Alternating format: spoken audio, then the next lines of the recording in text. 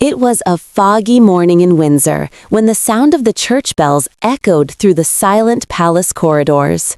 The scent of lilies filled the air, the same flowers that the Queen had always loved.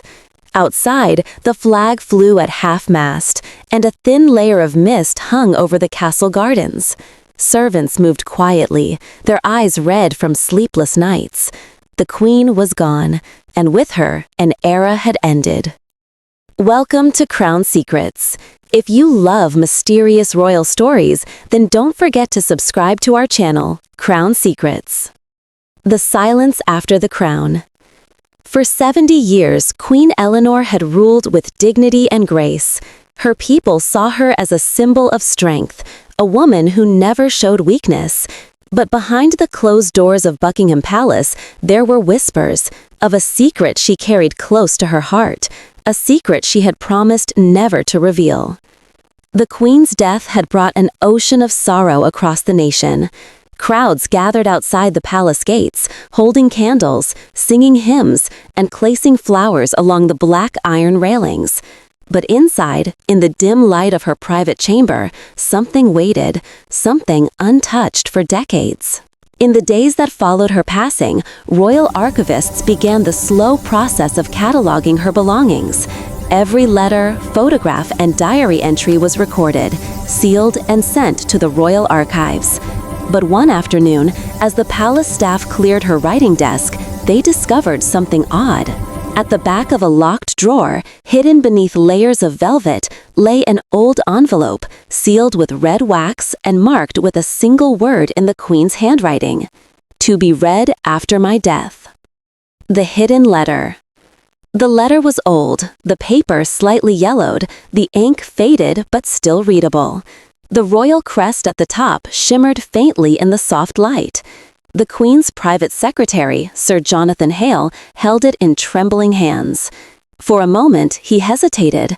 Opening a letter like this felt like intruding into history itself. But the Queen's instructions were clear. He broke the seal. As he unfolded the pages, a faint fragrance of rose and lavender escaped, the scent the Queen always wore. His eyes scanned the first line, and his heart skipped a beat. If you are reading this, then I am no longer among the living.